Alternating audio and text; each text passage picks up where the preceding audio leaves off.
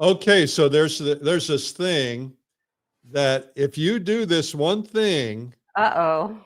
it's going to make your painting so much better. And Sarah, what is that one thing, and how are you going to show us about how to do that?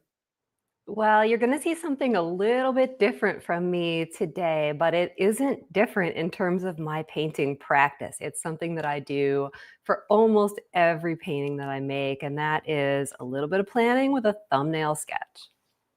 Okay. Now, Yes. this is something that's underrated. It's something that if people would do this changed my life as an artist.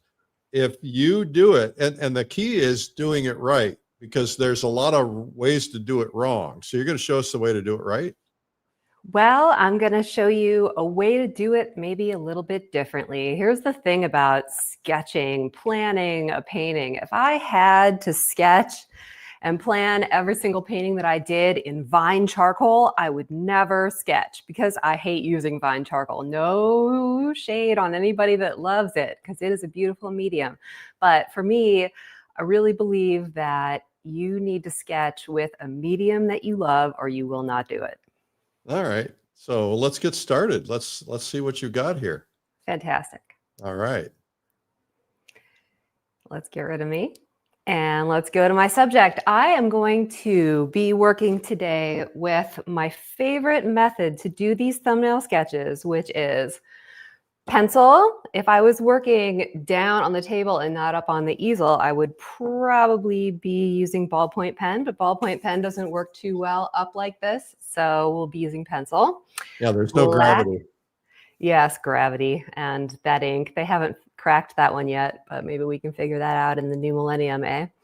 Black Sharpie, just a plain old nice black bullet point Sharpie. And this white Pitt pen by Faber-Castell, which is an India ink pen with white ink. And I'm going to be sketching. I mean, it's not super opaque, but if you layer it a bit, and we'll see that going in, if you like something a little more opaque for your white on working on tan, or use a Posca pen, that's an acrylic paint pen. But I'm going to be sketching today on Strathmore toned tan mixed media weight paper. Now, why mixed media weight? Because of the Sharpie. The Sharpie will bleed through. I mean, Strathmore makes this toned tan paper in regular weight also, and they also make it in sketchbooks. So maybe if we have a little extra time at the end of my demo, I can show you, I can give you like a little flip through of some of my sketchbooks of other kinds of these drawings. But let's talk about this. So you've got a still life. You do all this work to set up a still life, and then you need to ask yourself 2 questions before it becomes a painting. 2 questions, and these are the 2 main decisions that I am using this thumbnail sketch to make. Thumbnail sketching is a decision-making tool. It's not something that separates the men from the boys. It's not something that makes you a good artist if you do it and a bad artist if you don't do it. It's not anything except, for me, a guarantee that I'm going to get a painting that I love, because if I make it through this thumbnail sketch process and I'm still into my subject, whatever it is, then I'm be into it going through the painting. And for me, that spark is what makes a successful painting in the end. So what are the 2 decisions that I'm making with thumbnail? The first one is format. And format simply means, is my painting going to be a square or a rectangle? And if it's a rectangle, is it horizontal or vertical? And in this case, I'm shooting for a 12 vertical format because those are the canvas sizes that I have. The other decision that we're making.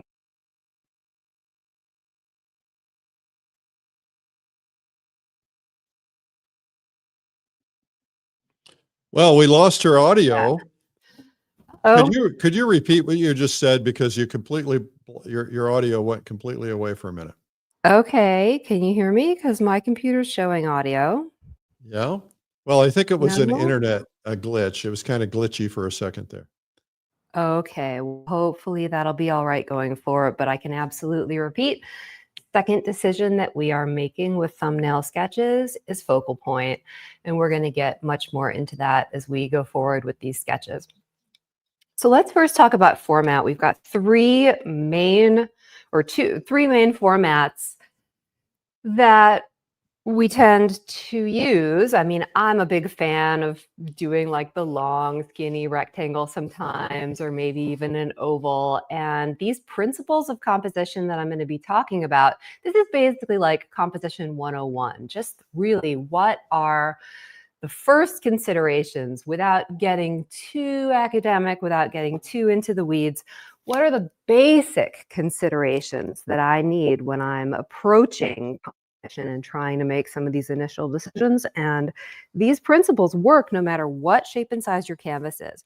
But for our purposes today, we're going to be talking about 3 shapes. And the first one is a square. And so the easiest way to get a square format to sketch in is to use this, which is a viewfinder by the Color Wheel brand. It's called the View Catcher. This is my favorite viewfinder, and you can see this one is well loved.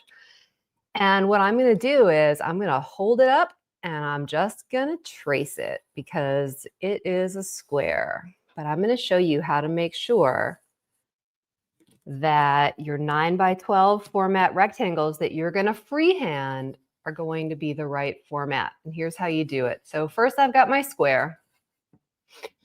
And now I want to draw my vertical rectangle. I've done a little bit of pre-sketching just so we wouldn't have to waste time watching me hunt and peck for the drawing. But ignore those kind of ghostly lines. Those are just for me. So on one of these view catchers, you've got little numbers. It's impossible to see with this much paint on it. And middle-aged eyes have a little seeing me. It's there. Your viewfinder has little numbers all around, and here's 9x12. I've got it marked off with Sharpie so my old eyes can see it. And what I'm going to do is I'm going to draw 3 corners of my box. 3 corners. And then I'm going to hold up my viewfinder to the paper, closing one eye. So hold it up, close one eye so I can frame those 3 lines. And that's how I'll be able, and it's open to the 9x12 size aperture. And that's if I line up those 3 lines in the box. This is tricky, so you gotta hold your breath sometimes.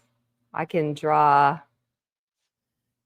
make a little mark where I see that bottom edge, and that's how I know that my sketch will be roughly a 9x12. That's just a quick kind of no ruler sort of tool. Let's do it for the horizontal one.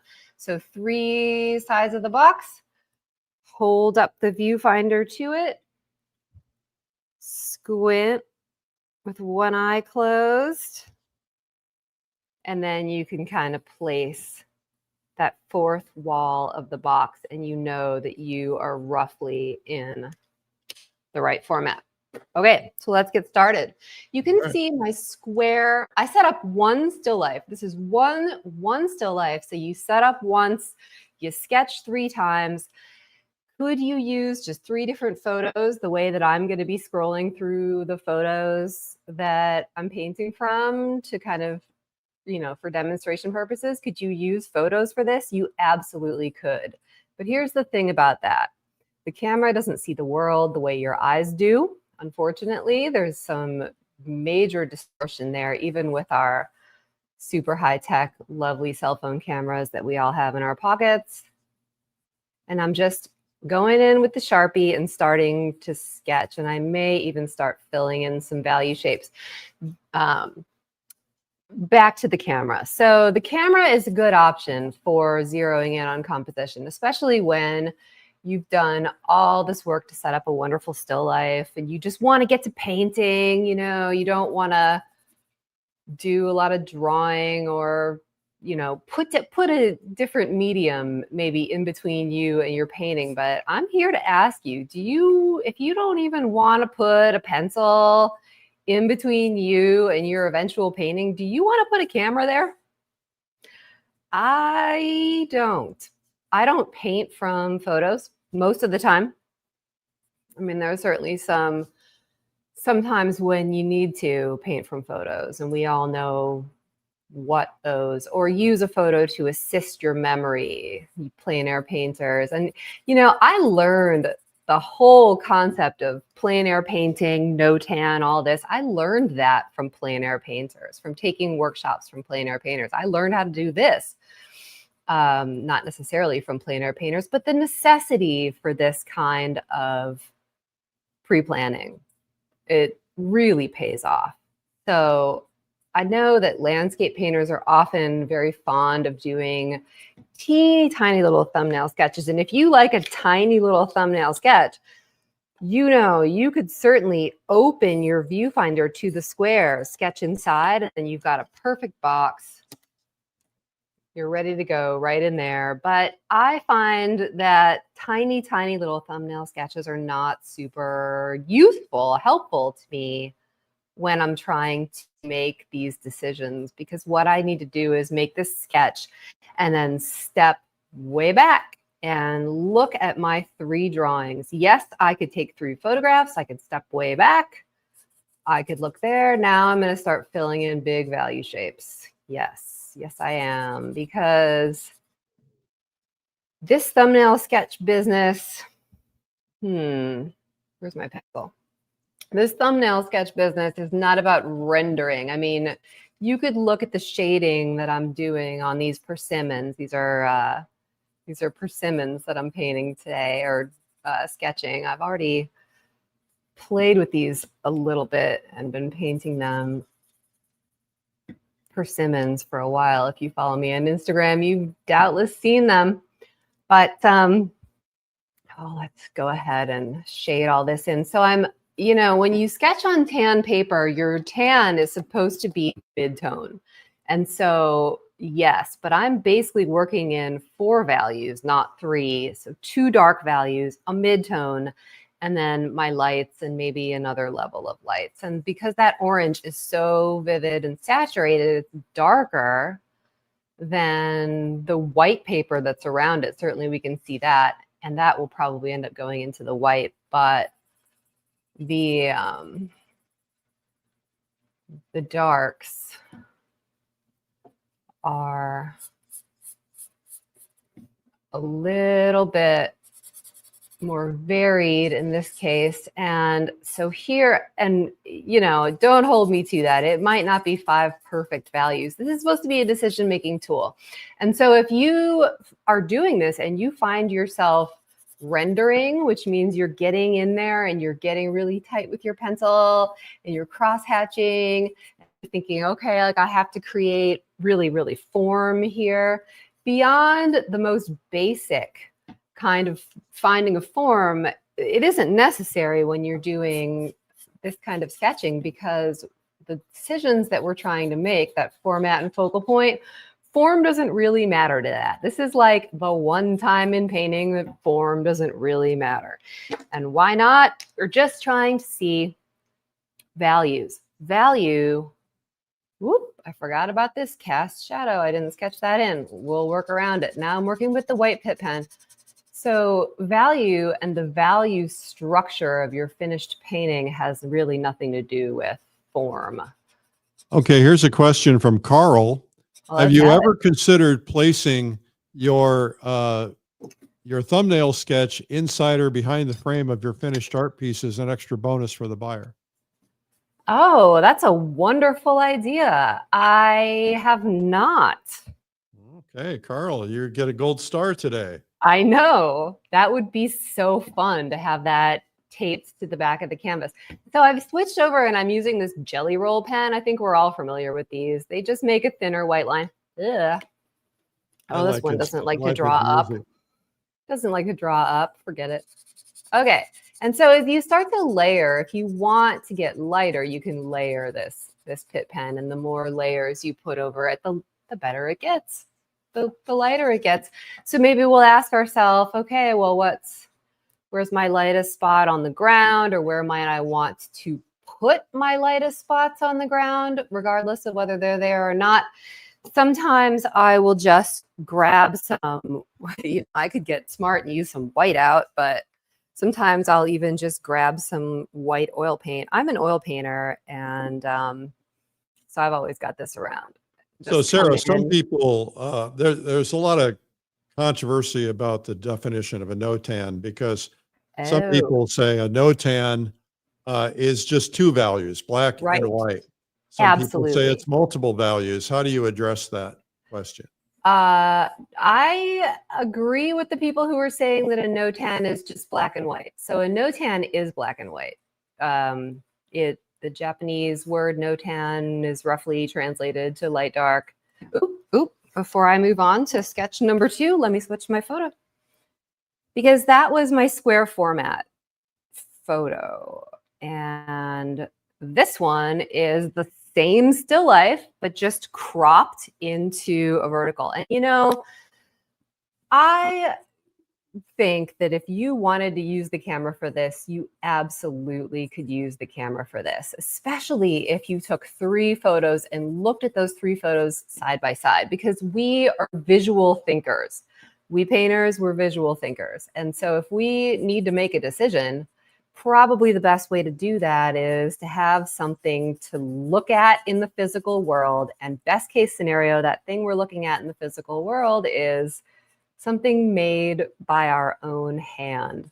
So that's why physically doing these sketches is so much more beneficial than just looking at a bunch of photos next to each other, although that's good too. You know, comparison is always good when we're trying to make a decision, like writing a pros and cons list. But back to the idea of notan. So what's great about these sketches is, especially if you start with your Sharpie, you're passing through the stage of a notan on your way to a more fleshed out value sketch like this one. So I'm going to show you what I mean. If I fill in all my darkest darks, and these are just some vertical hatch marks, which is kind of tough for me to do straight up. You know, usually I draw down on a table or holding this small sketch pad in my hand. But it's a nice change to draw up on the easel sometimes. It really helps you stay loose, especially if you keep your hand off the board, which I'm not exactly doing. Let me see if I can zoom in on this second drawing a little bit. Let's pull that over. Okay, sorry for that. But I want to talk about passing through the stage of a notan. You do when you do this.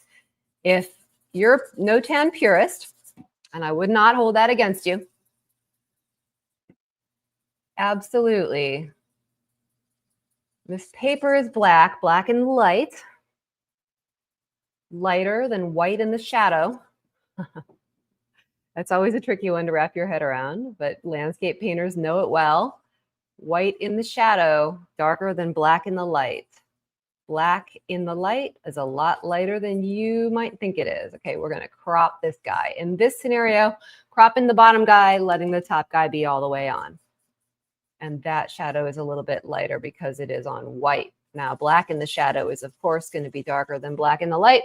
Now, pretty much you can look at this, squint at it right now and say, that's my notan. What's my dominant value? And that's what a notan is really, really good for, is what's my dominant value and what is sort of the silhouette that I'm creating on this canvas. So this would be the first stage, and you could think of that as your notan. You could stop there, but why stop there when using a white marker on tan paper is so much fun? So really, I'll do this one without any pencil shading at all. Just so you can kind of see how using that toned paper is really, oh, I didn't put a highlight on the rim of the first guy. It's not super bright. Like I said, you can use paint. You could use acrylic paint. You could use an acrylic pen like a Posca pen if you like something really super opaque. But I like these Pitt pens. They're kind of gentle. They're the gentler, kind of the softer way to get to this one. So I've got highlight, highlight, highlight. Definitely highlight on that guy back there, and then on the bowl rim. And that could do it for number 2. If I wanted to get more in there, show myself another level of values, I might say, okay, well, on these lovely orange persimmons, here's some shading. But I'm not trying to render on them. I'm trying Your to show primary myself. purpose is to judge whether or not you've got a good composition. Exactly. Yes, exactly. And what we're going to do is once you get the third one done, we're going to vote on 1, 2, or 3 and see which one people like the best. Well, don't be so hasty. We should definitely vote. And if people want to cast their votes already, let me switch photos. There we go. There's horizontal photo. And I'm going through these kind of quickly, but the truth is a thumbnail sketch needs to be economical in terms of both the time it takes you to make it and the energy it takes you to make it. Because if you finish doing this process and you are too worn out to make the painting, kind of defeats the purpose. Although I'm a big fan of chunking up my painting process over the course of multiple days, if need be. If you don't have 8 uninterrupted hours to spend in the studio, maybe you have an hour to spend in the studio, and what you do with that hour is some still life setup and a little bit of sketching, and then picking out a landscape photo, doing whatever required editing, and then doing a little sketching, and then you're ready to come back on day 2 and paint the thing. Cool. Want to say hello to Isle of Wight in England, to British Columbia, to India. Tell us where you're watching from, folks. It's good. To Yorkshire. Wow, it's really fun to see where everybody's tuning in from. Welcome, everybody. It's so great to have you here with us. I'm joining you from my home studio in Eugene, Oregon, on the west coast of the USA, where it is bright and early. Yeah, it would be, wouldn't it? Rainy and overcast. Not too early, 9-ish. I've been up for hours by 9. Me too. Lots of coffee, especially today. Okay, so the big shadow shapes first, trying to connect everything. And I tend to do things in a little bit of a different order, or maybe experiment, because this is really a great place to experiment with relative values and value relationships. Before you jump onto the canvas and invest a lot of time and paint on the canvas, you can be saying to yourself, well, maybe that guy's little green stem really looks pretty dark to me, or how much of this stem do I really want in here? And do I want to make it really dark? Maybe a little bit dark. You're working out problems in a safe space. I always think of these sketches as a place that I'm not afraid to make changes, mess things up. And the real beauty, particularly for still life painters, of doing something like this is that it can be a conversation back and forth with the still life.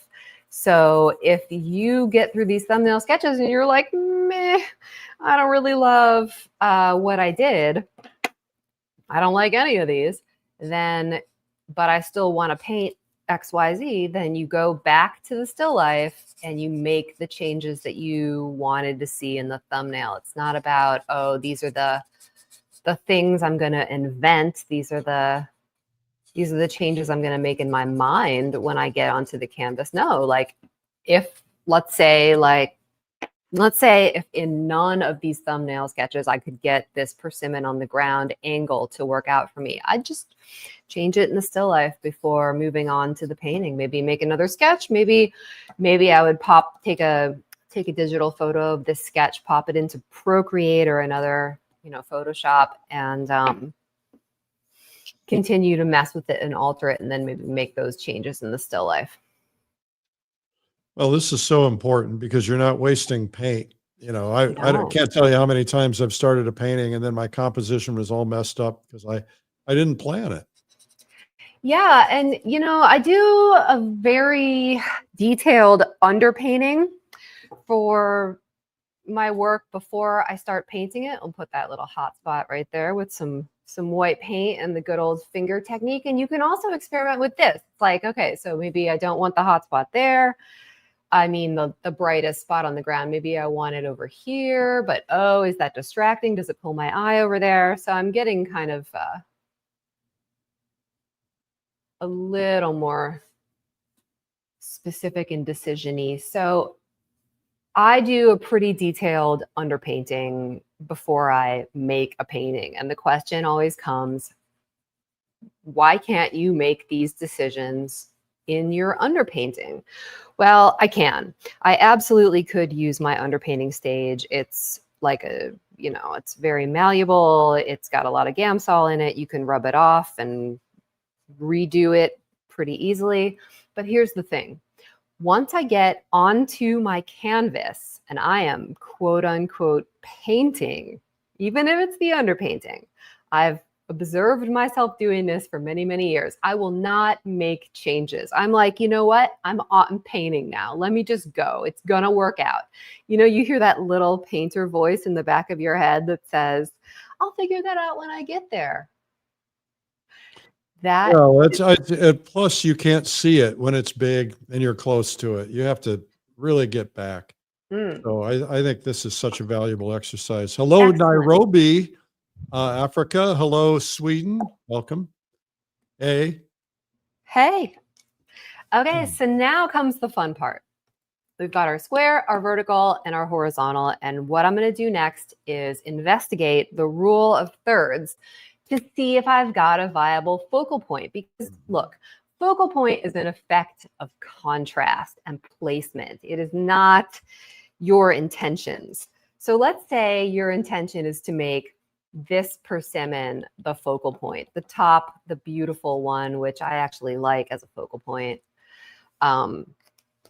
If that's your intention to make that your focal point, you're not going to do it putting it way up here, cut off the top of your canvas and not in a sweet spot. And what do I mean when I talk about sweet spots?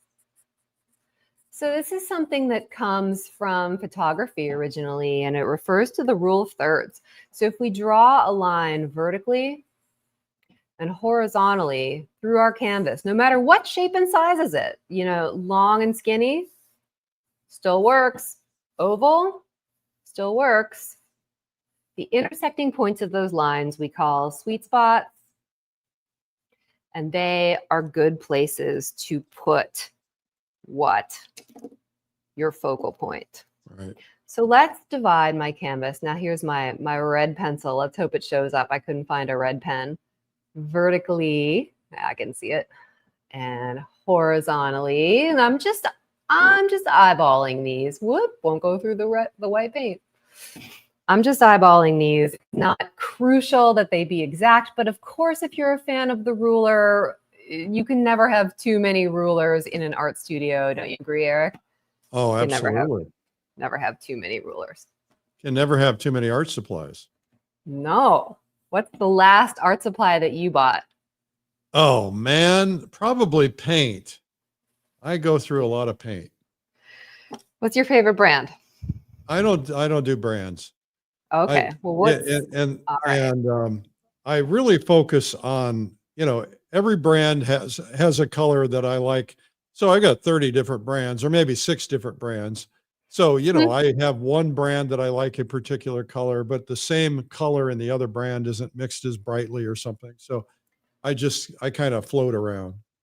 I totally agree. And I find that the earth colors are the pickiest ones. Do you? I never thought about it.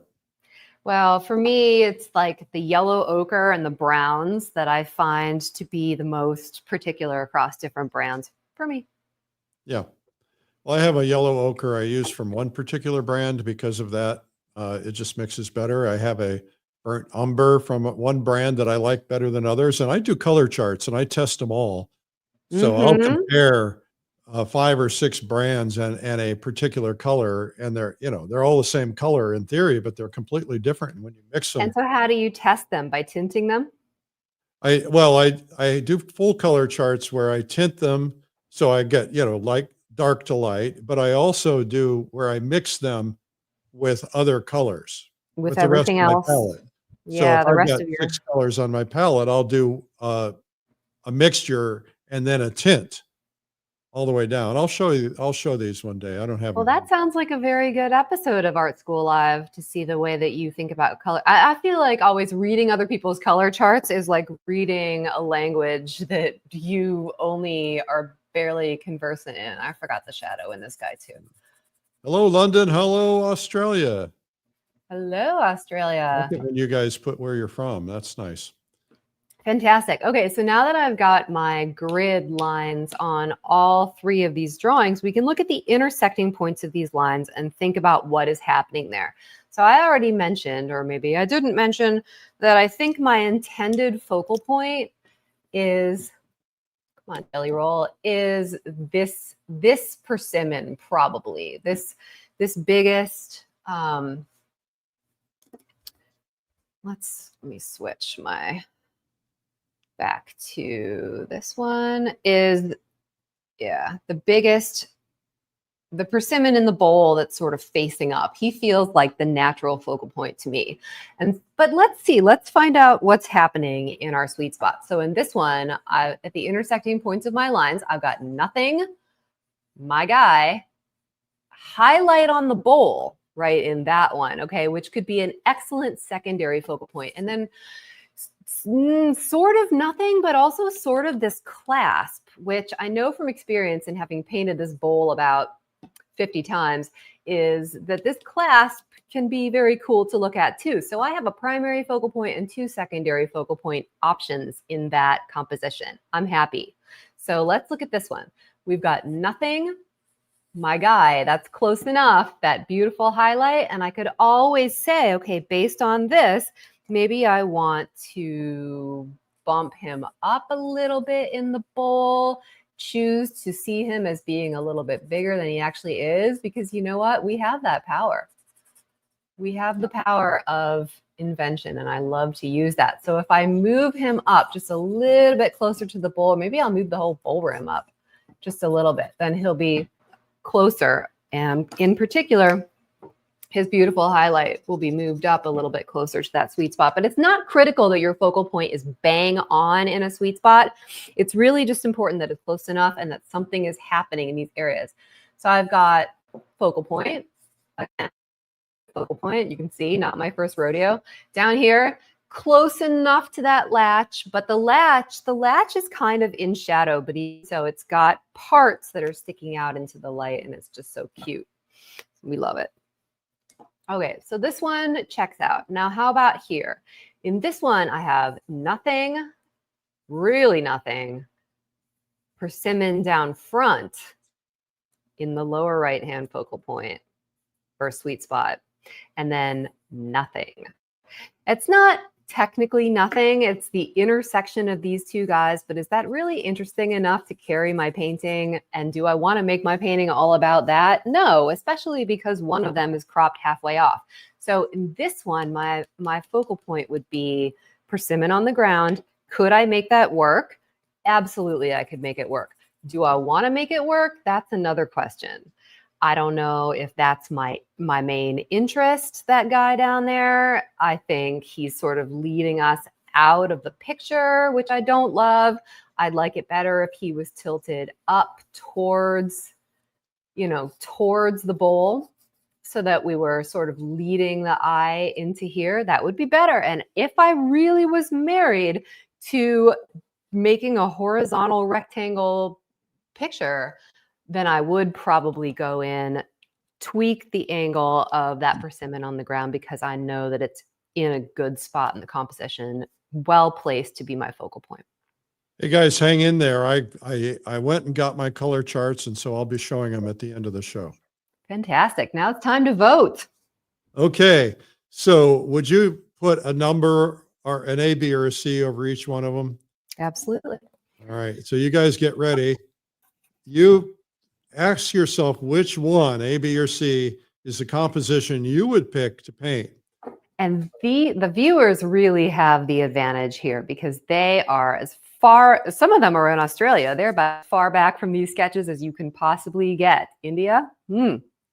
So what you want to do once you do these sketches is back up. Well, first give yourself a visual break. Get your eyes off your still life, off your sketches. Move away. Maybe when you come back, think about putting them upside down and looking at them upside down. That'll really sort of break your brain out of its habitual loop. And what we want is to approach these like a Rorschach test almost. Stopping thinking about the nouns, what we are painting, and instead just looking at the design. Which one are we most drawn to when we put it in the abstract? So let's put it back upright. Okay, if you haven't voted yet, hurry up. Hurry up. A, B, or C. And I'm going to work on mine. Get your voting done.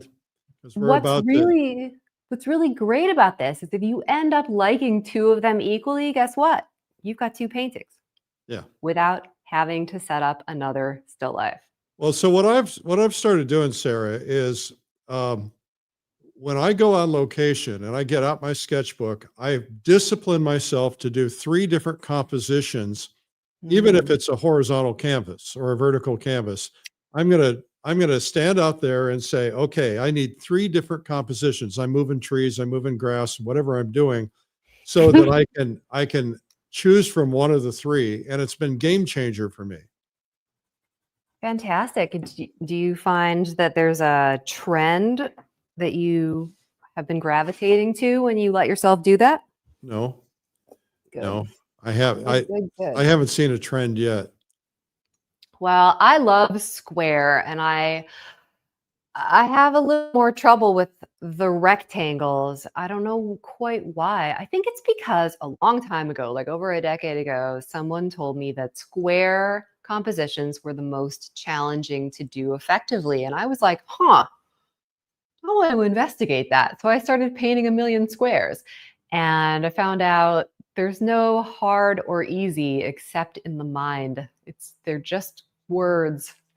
And then Instagram came along and I really had some incentive to make square work, but that's another story. Well, it looks like B is the B? most popular. B All right. is, but it's a B. There's so many people all over the map on this. It's just, there's a lot of C's, a lot of B's, but I think B just barely nudges out. Okay, well, I like B also. I like A, but A feels, you know what, it's got some issues. And here's the thing, we can troubleshoot once we get to this point. Like, let's say we're gravitating toward A, but we feel like it's got some problems. And what would one of the problems here be? Not B, but what would one of the problems be in this A sketch? And I see one right off the bat, which is that this persimmon as far as height and this persimmon back here as far as height, they're not aligned on the canvas. I have a nice offset right here. I have intervals that are not the same. I have a nice long shape here.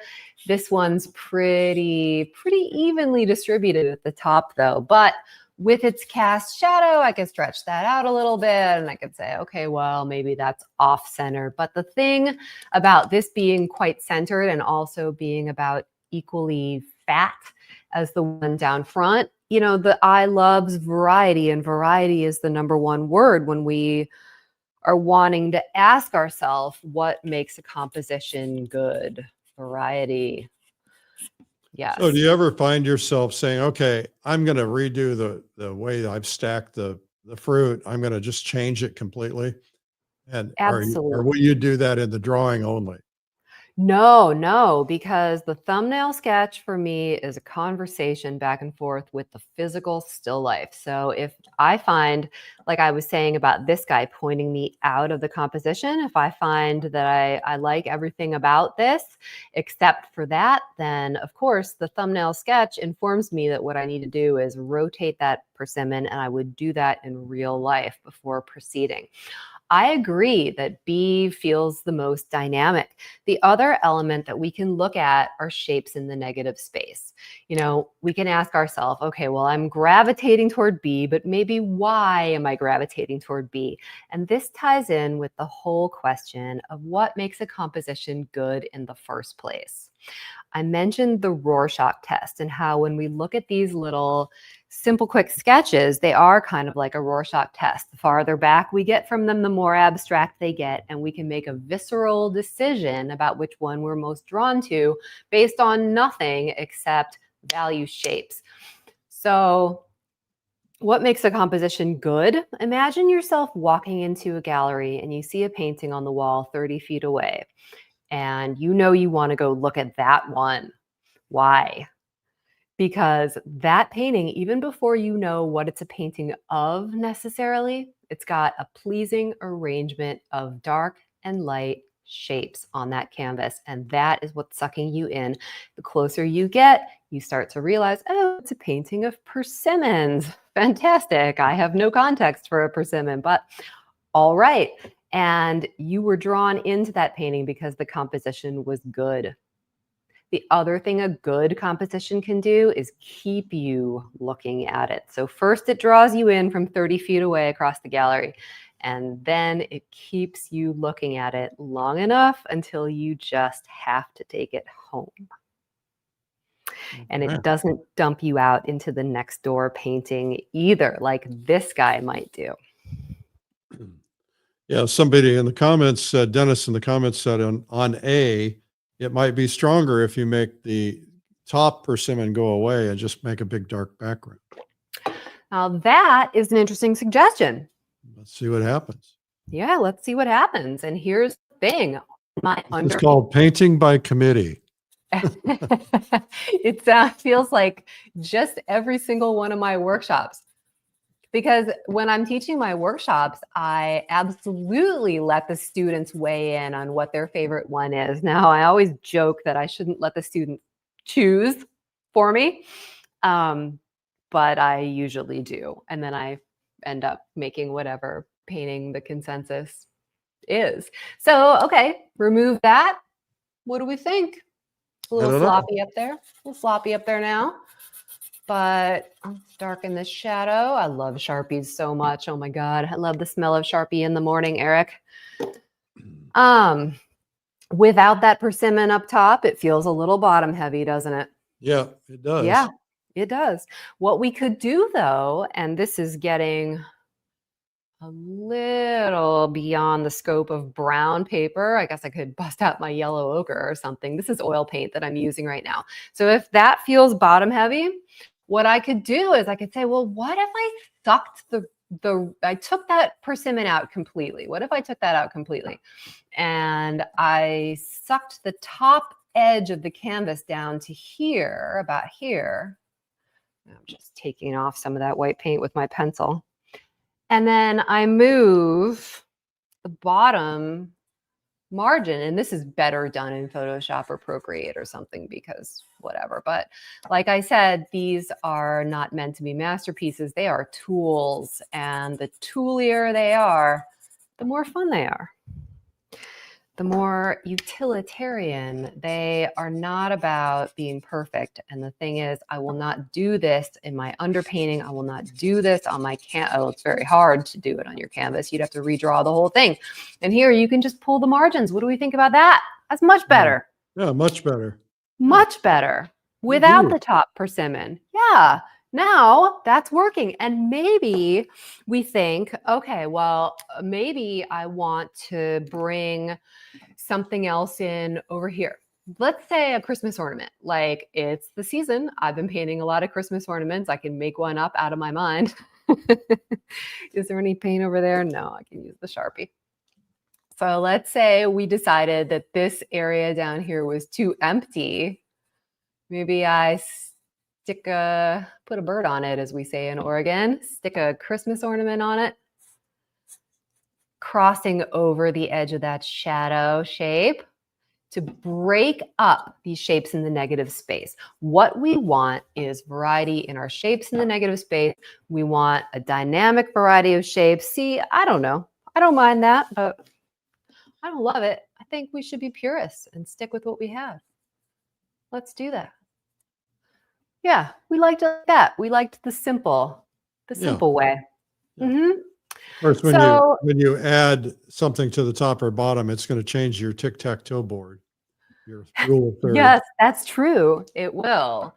It will. And an ornament down here, if I was to leave one down there, that's still not in a sweet spot. And, you know, here's my sweet spot. The ornament that I was going to put down here would be drawing your eye away from my intended focal point, which is right here. So is it necessary? No, it's not necessary. Awesome. It's not helping. And here's the question you need to ask yourself when you're thinking about adding more things to a painting. Is it helping? All right. And if All right. Pat not, Moore says, could you show us how you would fix C? oh, goodness. Okay. So maybe this, you know, the interesting thing about doing 3 thumbnail sketches is that I often pick the one that I wasn't intending originally to use.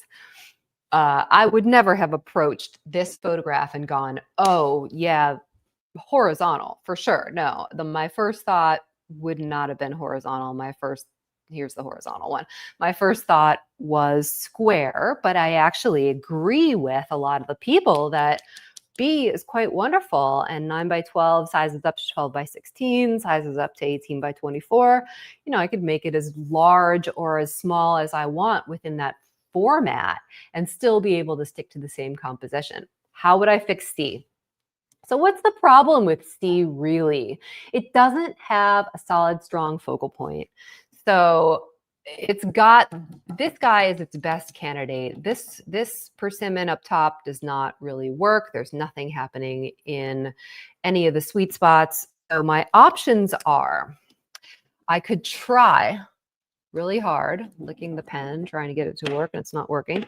I could try really, really hard to get you to look at the bowl by making the highlight on the rim of the bowl very bright. This is just my finger in some white paint. I'm going to be awfully chalky when this demo is over. It'd be great. I could try really hard to get you to admire the bowl more than anything else by playing up all the cute and wonderful things about this bowl, lightening the lights, making it a little more interesting in 2 spots, handle and rim. That could make it more interesting. I already talked about changing the angle of this persimmon, which might be kind of hard with my limited tools and imagination, but let's try it. So let's say instead of having it facing down, I just move it and I put it like here. And then it gets a shadow that goes like this. We still have the shadow cropping. I like the cropping. What we want to be doing is breaking up the shapes in the negative space into dynamic and interesting shapes with variety. So we can look here at this light shape. I like this much better already. Now there's still nothing going on over here, but there are good ways to activate large empty areas of negative space. And one of them is by creating what I call hotspots. The brightest, so we've got sweet spots and hotspots. I know it's confusing, but hotspots for me are the brightest spots in the negative space. They're the places where we feel the light hitting that flat space most strongly.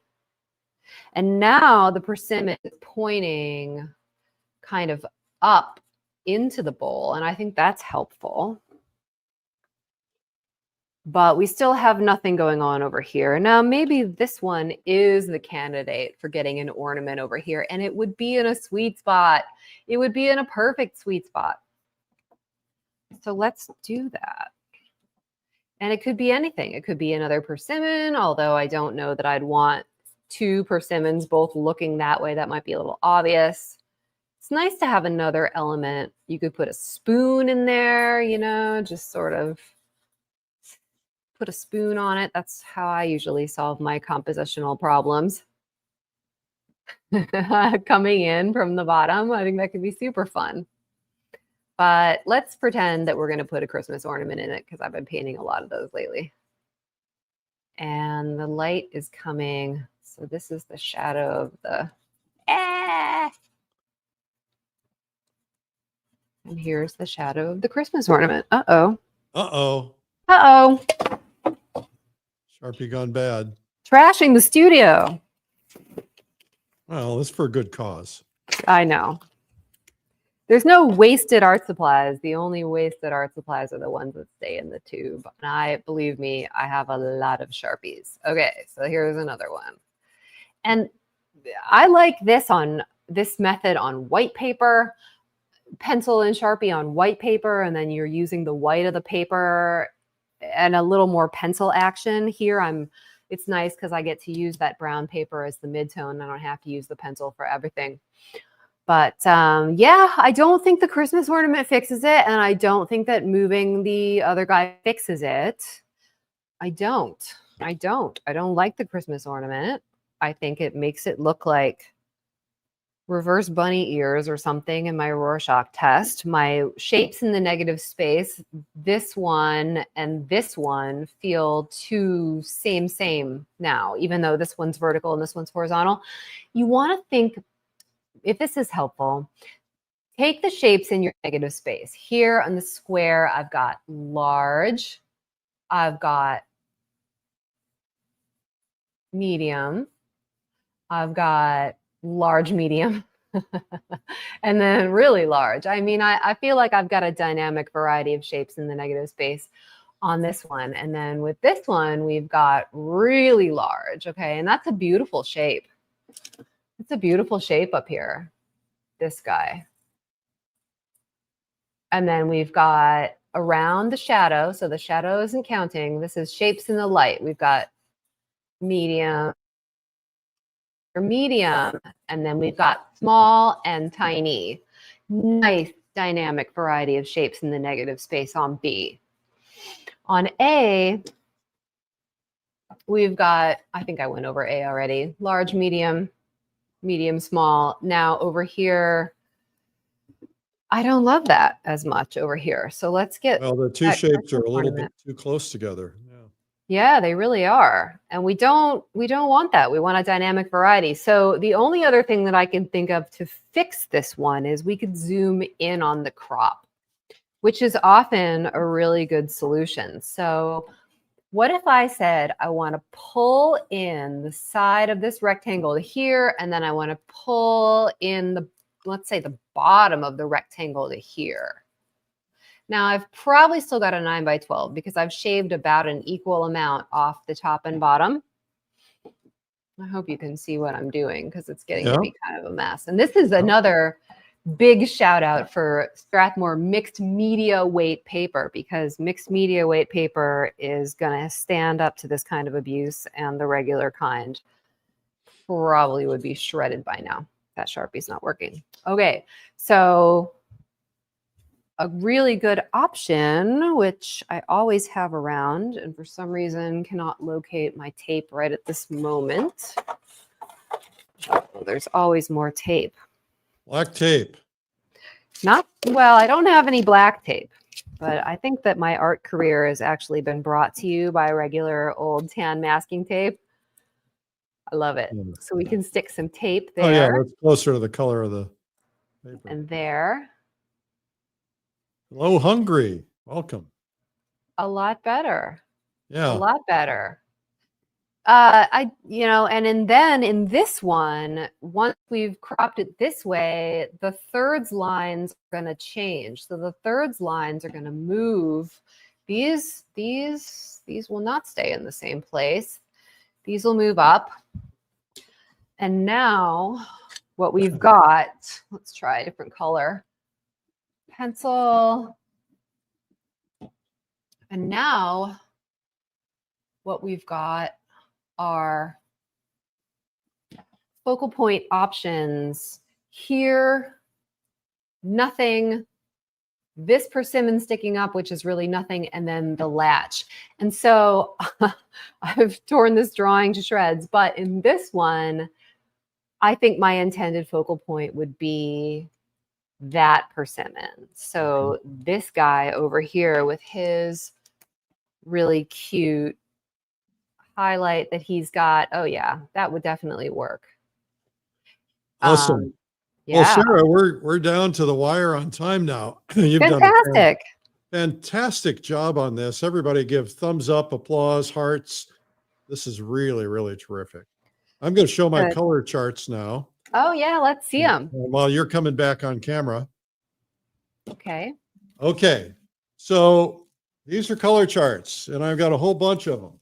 And what I've done, and you can learn about this in the Richard Schmid book, is I've taken the colors on, these are all the colors that at the time I did these were on my palette. So the 3 blues, an ultramarine, I mean a transparent red oxide, alizarin, and so on. So this way this is reduced down to this color, reduced down to white.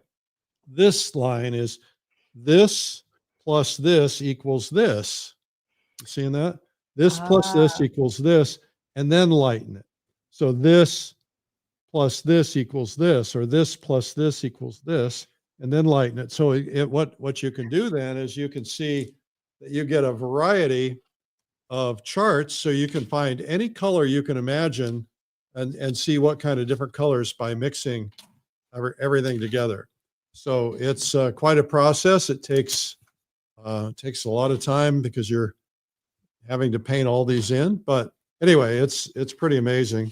And then of course, if I want to do that by just a couple of different colors, like if I'm testing like my burnt umbers, I'll put 3 or 4 of them and do a similar type thing, just side by side. Those are amazing. And you taped off all the squares, and what are they painted on? Well, there's a company called colorfrontier.com. Oh, how cool. And so they make a mask, and then once you paint them in, you just peel off the mask. Very cool. Yeah. And they're expensive, but saves a lot of time.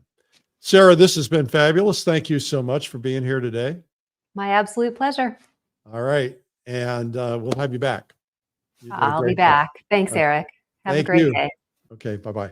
Okay. Something big coming up, really big. I checked the numbers today, and they have doubled since I last checked them. And that is Art Business Mastery. It's a one-day event where we're going to teach you as much as we can cram into a single day about your art business and your art marketing and your planning for 2025. The idea is to help you get your income where you want it to be, crush it for 2025. It's one day, it's $47, it's affordable, and it's going to change, we believe, the way that you do things. And if you pick up just one little idea, it could be worth potentially thousands of dollars to you. We're going to have guests on. We'll be announcing the guests probably right around Christmas. And you don't want to miss this. Get signed up. We're hoping to hit 1,000 artists, and I think we're going to get close, and we may end up doing more. And you can sign up from anywhere in the world. It's going to be roughly about 11 a.m. start time and going till the evening, roughly about 8 p.m. But we may adjust that slightly because we've got a lot we're trying to get across. So check it out. It's at streamlineartevents.com/marketing. Also, I'm hearing this is like the coolest Christmas gift ever. And that is, it's called Winter Art Escape. It's like, leave a hint, honey, this is what I would like for Christmas or for Hanukkah. Winter Art Escape is a painter's retreat, plein air painting retreat. It's taking place in February to help you escape the cold winter, wherever you might be other than Florida. This is St. Augustine, Florida. We're going to be painting there. It's got a lot of history, 600 plus years old. It's the oldest city in America, and it's going to be just spectacular to paint. So you make sure you come to that. It's winterartescape.com. Okay, and then last but not least, Watercolor Live is coming up. It's going to be in January.